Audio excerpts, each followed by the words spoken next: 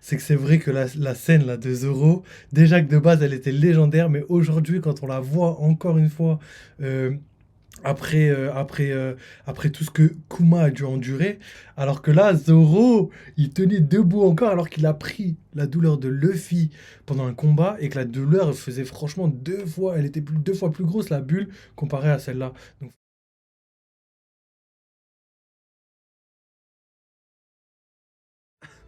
ok, donc vas-y, on va passer à la petite vidéo. Vas-y, Goji, vas-y si tu veux. En plus, je voulais commencer par Goji, tu m'éclates. Parce que Goji, elle dure moins À quel longtemps, je point il voulais a pu laisser la être deuxième pour révélateur tout sur à ses l'heure. origines. Attends, doucement, doucement, doucement. Donc, let's go pour la vidéo de Goji, on va analyser ça, on va voir. Normalement, il est chaud, Goji, hein. Normalement, il nous déçoit pas.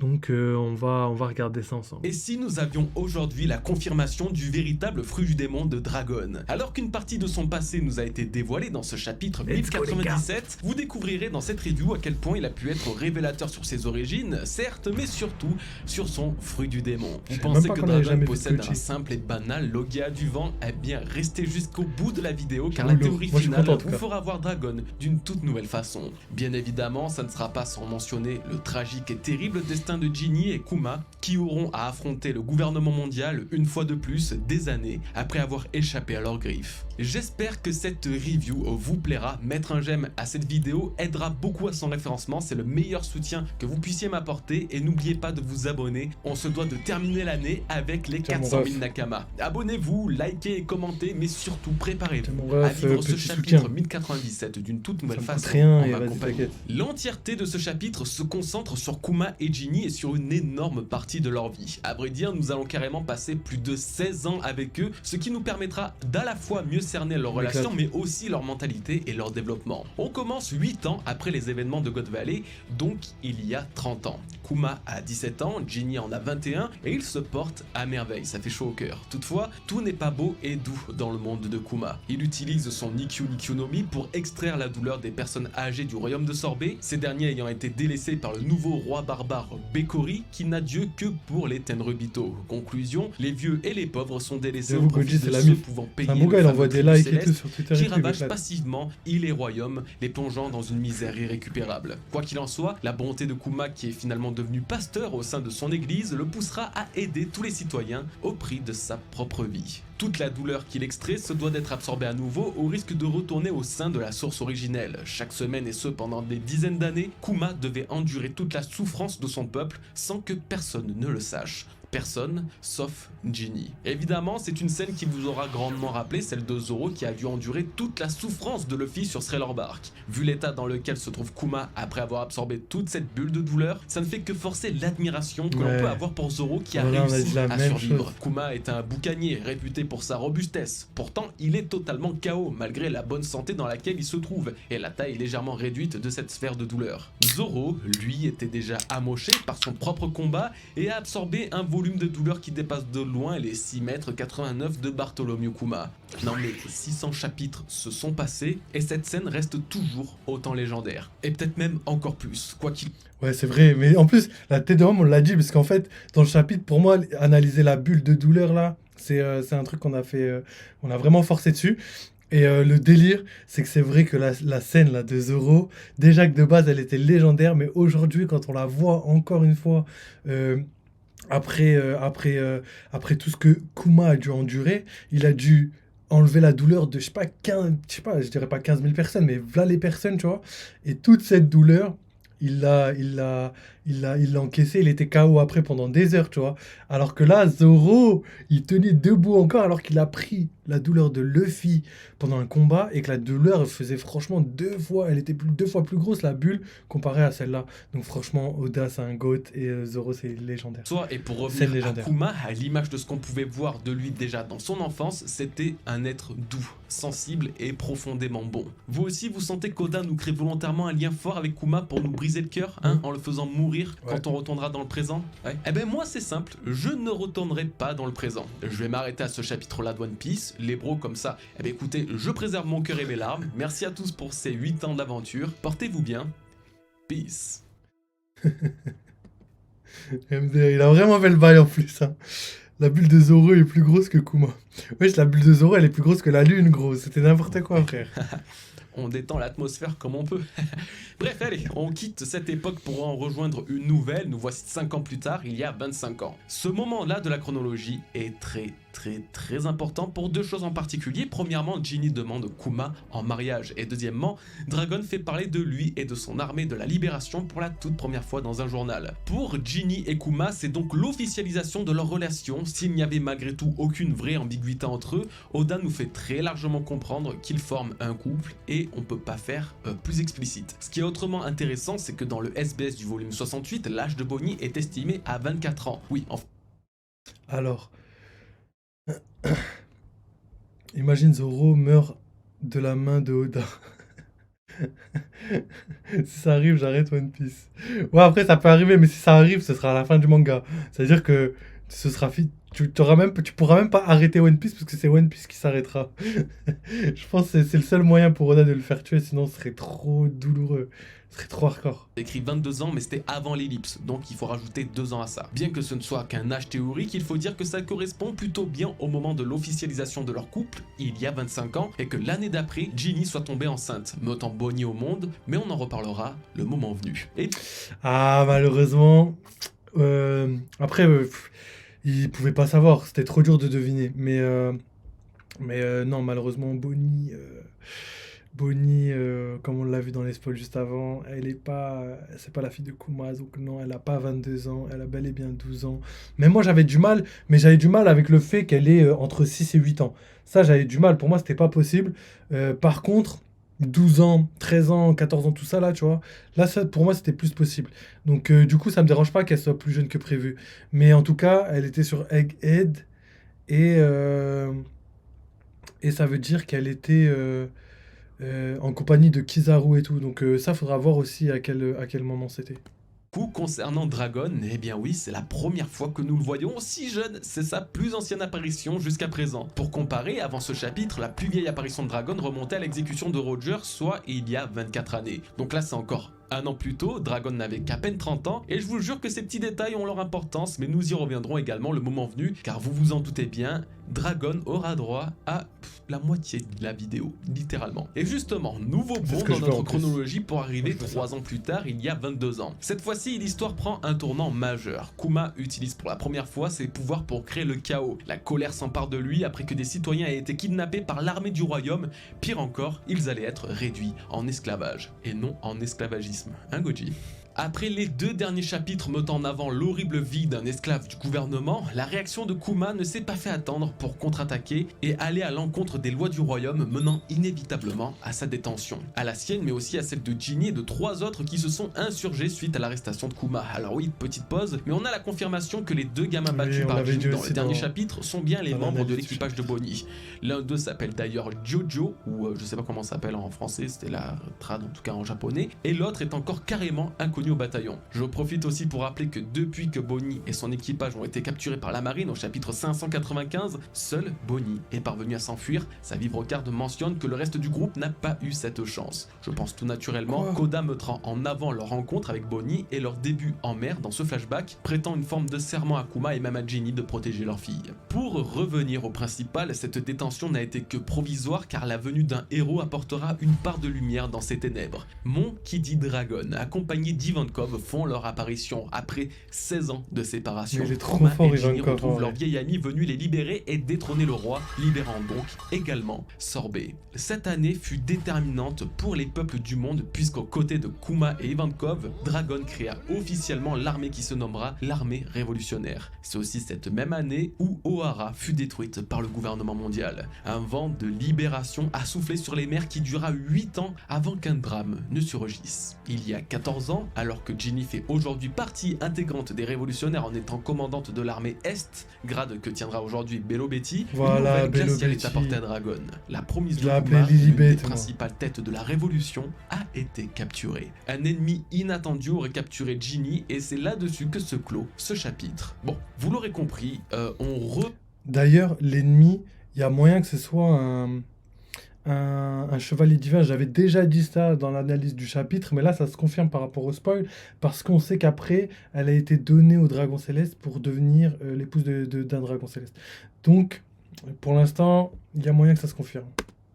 à la partie tragique du flashback de Kuma. Alors que tout se passait bien, Koda nous avait attendri, nous avait totalement fait accepter Ginny, voilà que le prochain chapitre risque à nouveau de nous briser le cœur. Ouais, c'est sûr. Kuma n'a donc Là, il a pas vu droit au juste. bonheur et nous non plus. Que s'est-il passé avec Ginny? Eh bien voici mes 3 théories pour mieux comprendre l'un des plus grands drames de la vie de Kuma. Commençons par cette simple question. Qui a bien pu kidnapper la bien-aimée de Kuma? Je dois dire que les possibilités sont nombreuses, surtout qu'à part les jambes du kidnappeur à la fin du chapitre, rien ne nous permet de réellement l'identifier d'une quelconque manière. La première idée s'est alors portée vers le gouvernement mondial lui-même, et plus précisément les Chevaliers Divins. Ma réflexion était plutôt simple là-dessus, mais efficace. Les Chevaliers Divins font de plus en plus partie du paysage de One Piece. Après avoir été cités pour la première fois au chapitre 1054, c'est au chapitre 1083 que Dragon en parle plus sérieusement et que leurs silhouettes sont dévoilées. De ces mots, nous pouvons comprendre qu'il s'agit de la force d'intervention spéciale des Tenryubito, bien différente du CP0 auquel...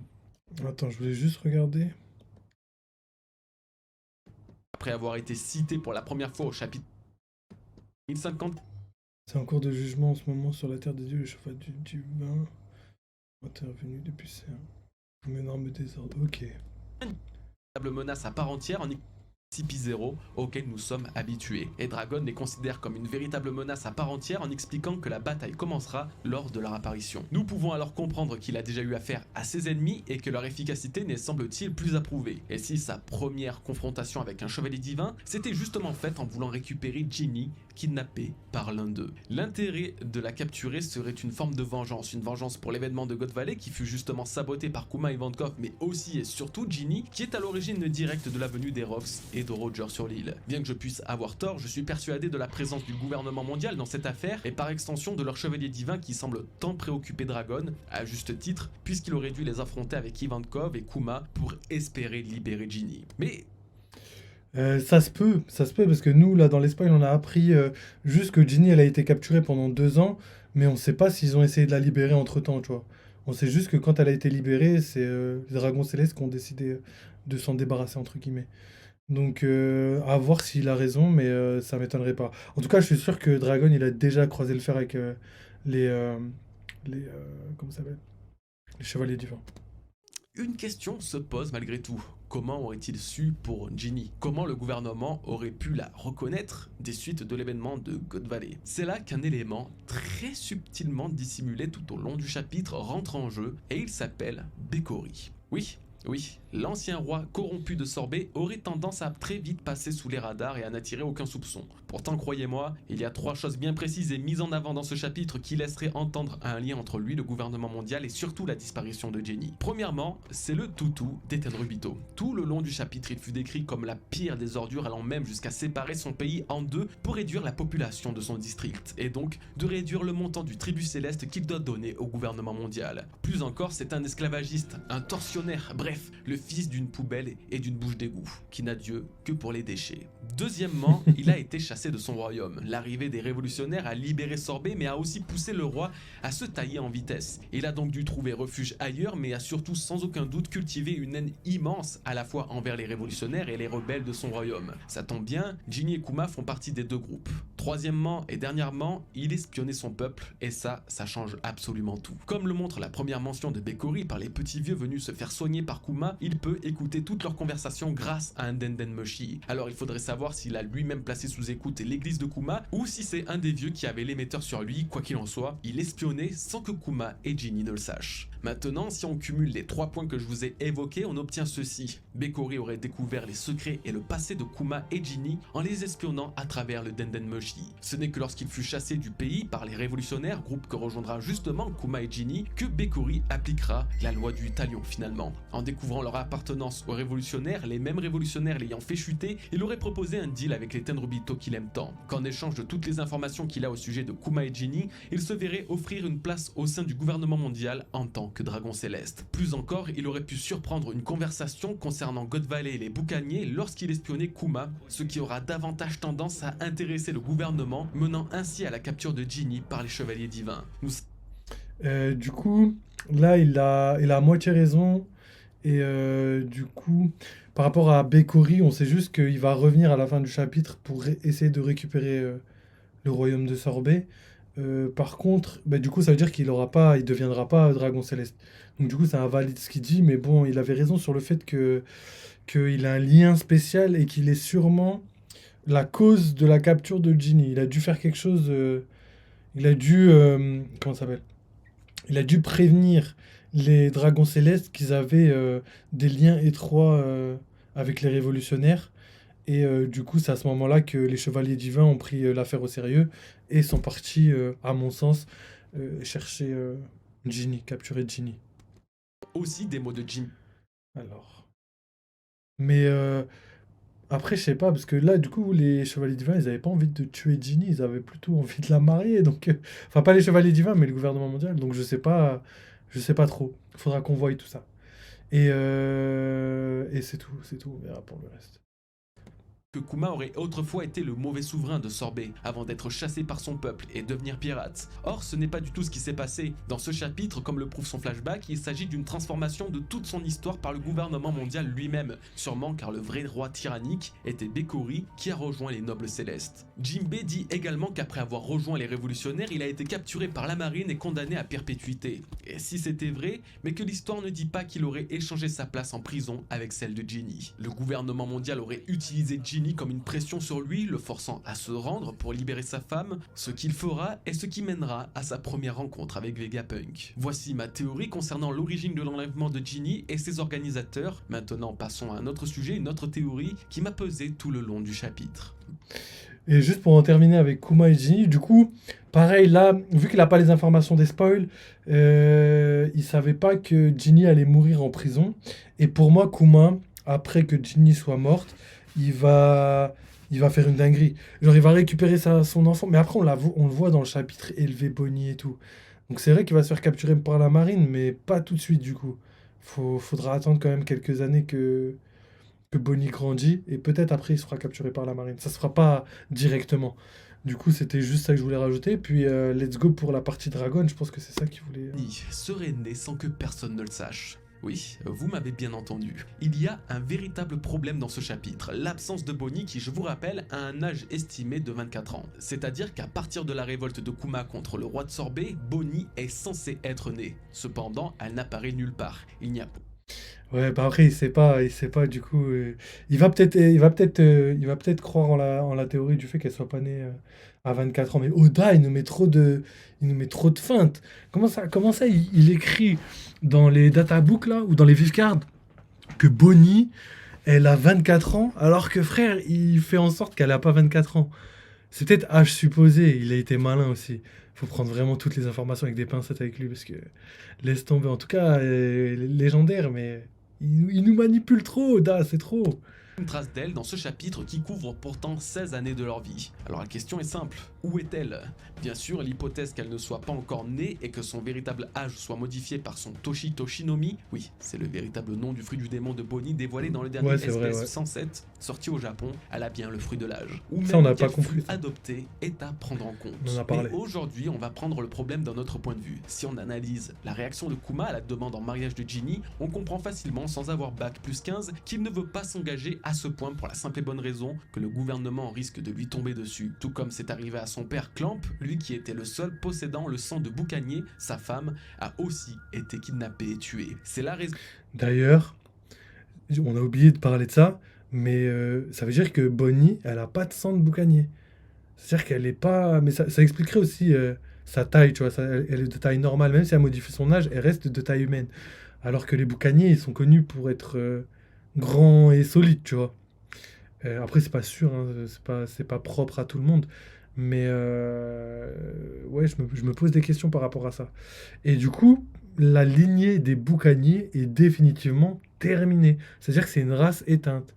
C'est-à-dire que c'est ouais, une race perdue. Je suis deg du coup.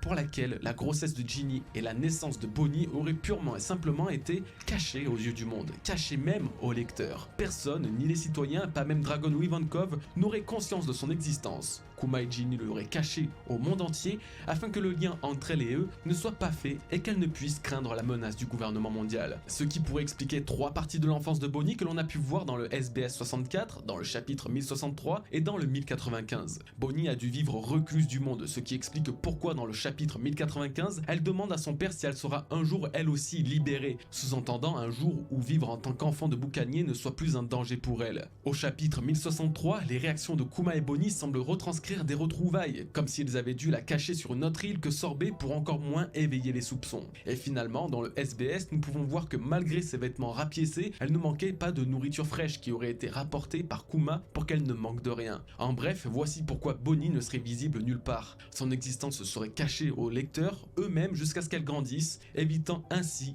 tout soupçon de lien entre elle et un boucanier, race dont le gouvernement souhaite l'éradication. Alors, très bien, nous avons peut-être des pistes pour expliquer la jeunesse de Bonnie et le kidnapping de Ginny, mais finalement, que s'est-il passé pour que Ginny ne soit aujourd'hui plus présente dans l'histoire? L'ultime sacrifice de Kuma est la mort de Ginny. Ginny aurait effectivement terminé sa vie. Donc, vu qu'on connaît déjà ce qui va se passer, après lui, il pouvait pas savoir, c'était trop dur à deviner. Mais non, du coup, Bonnie a bien été élevé par Kuma, mais on en reparlera juste après.